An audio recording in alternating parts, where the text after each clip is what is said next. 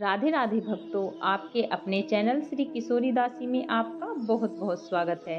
राधा रानी और कान्हा जी की कृपा आप पर और आपके पूरे परिवार पर सदा बनी रहे। भक्तों, आज इस वीडियो में मैं आपको मोक्षदा एकादशी की व्रत कथा सुनाने जा रही हूँ। मार्गशीर्ष मास के शुक्ल पक्ष की एकादशी को मोक्षदा एकादशी के नाम से जाना जाता है। मोक्षदा एकादशी इस साल की आखिरी एकादशी तिथि है। मोक्षदा का अर्थ है मोह माया के बंधन से मुक्त करने वाली तथा मोक्ष प्रदान करने वाली। मान्यताओं के अनुसार मोक्षदा एकादशी के दिन ही महाभारत के युद्ध में भगवान श्री कृष्ण ने अर्जुन को गीता का उपदेश दिया था। इसीलिए मोक्षदा एकादशी के दिन ही गीता जयंती मनाई जाती है तथा इस दिन गीता का सार पढ़ने अथवा सुनने का विशेष महत्व है। एकादशी तिथि श्री हरि विष्णु भगवान जी को अत्यधिक प्रिय है।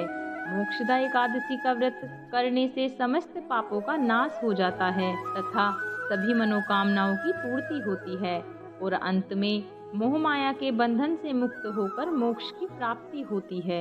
यदि आप किसी कारणवश मोक्षदा एकादशी का व्रत ना कर पाएं, तो मोक्षदा एकादशी की कथा सुनने मात्र से ही श्री विष्णु भगवान की कृपा को प्राप्त कर सकते हैं। आइए शुरू करते हैं मोक्षदा एकादशी की कथा। महाराज युधिष्ठिर ने कहा, हे भगवान, आप तीनों लोकों के स्वामी, सबको सुख देने वाले और जगत के पिता हैं। मैं आपको नमस्कार करता हूँ। ये देव, आप सबके हितैषी हैं, अतः मेरे संशय को दूर कर मुझे बताइए कि मार्गशीर्ष एकादशी का क्या नाम है। उस दिन कौन से देवता का पूजन किया जाता है और उसकी क्या विधि है, कृपया मुझे बताएं। भक्तवत्सल भगवान श्री कृष्ण कहने लगे कि हे धर्मराज, तुमने बड़ा ही उत्तम प्रश्न किया है। इसके सुनने से तुम्हारा यश संसार में फैलेगा। मार्गशीर्ष शुक्ल पक्ष एकादशी अनेक पापों को नष्ट करने वाली है। इसका नाम मोक्षदा एकादशी है। इस दिन दामोदर भगवान की धूप दीप निर्वैद्य आदि से भक्ति पूर्वक पूजा करनी चाहिए। अब इस विषय में मैं एक पुराणों की कथा कहता हूँ। गोकुल नाम के नगर में बैखानस नामक राजा राज्य करता था। उसके राज्य में चारों वेदों के ज्ञाता ब्राह्मण रहते थे। वह राजा अपनी प्रजा का पुत्रवत पालन करता था। एक बार रात्रि में राजा ने एक स्वप्न देखा कि उसके पिता नरक में हैं। उसे बड़ा आश्चर्य हुआ। प्रातः वह विद्वान ब्राह्मणों के पास गया और अपना स्वप्न सुनाया। कहा, मैंने अपने पिता को नरक में कष्ट उठाते देखा है। उन्होंने मुझसे कहा है कि हे पुत्र, मैं नरक में पड़ा हूँ, यहाँ से तुम मुझे मुक्त कराओ। जब से मैंने ये वचन सुने हैं, तब से मैं बहुत बेचैन हूँ। चित्त में बड़ी अशांति हो रही है। मुझे इस राज्य, धन, पुत्र, स्त्री, हाथी, घोड़े आदि में कुछ भी सुख प्रतीत नहीं होता। क्या करूं?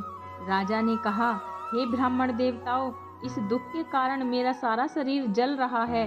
अब आप कृपा करके कोई तप, दान, व्रत आदि ऐसा उपाय बताएं जिससे मेरे पिता को मुक्ति मिल जाए।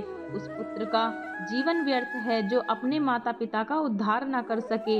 एक उत्तम पुत्र जो अपने माता पिता तथा पूर्वजों का उद्धार करता है, वह 1000 मूर्ख पुत्रों से अच्छा है।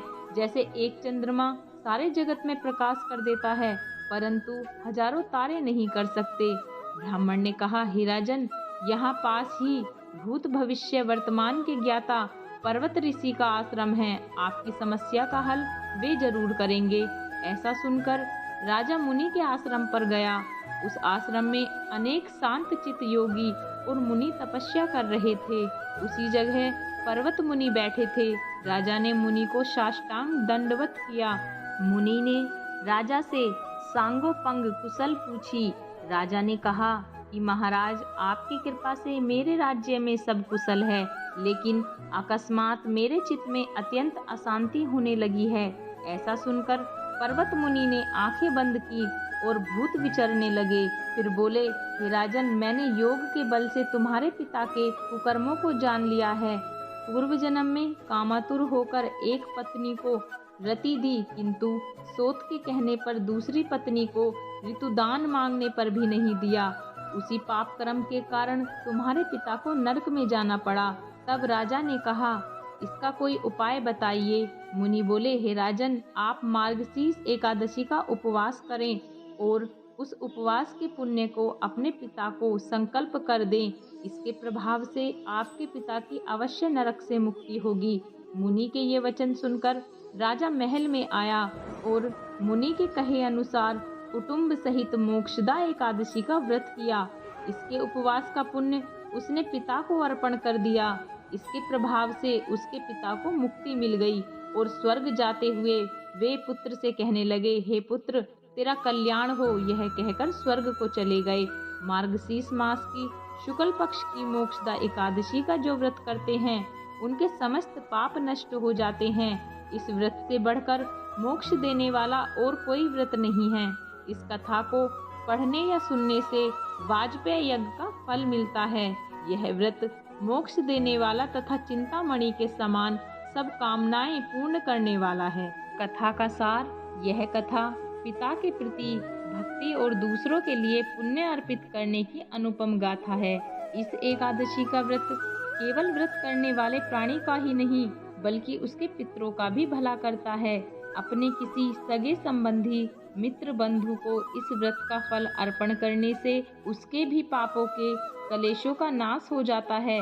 जो साधक माता पिता में ईश्वर को देखते हैं, भगवान विष्णु की असीम अनुकंपा से उनकी समस्त कामनाओं की सिद्धि होती है।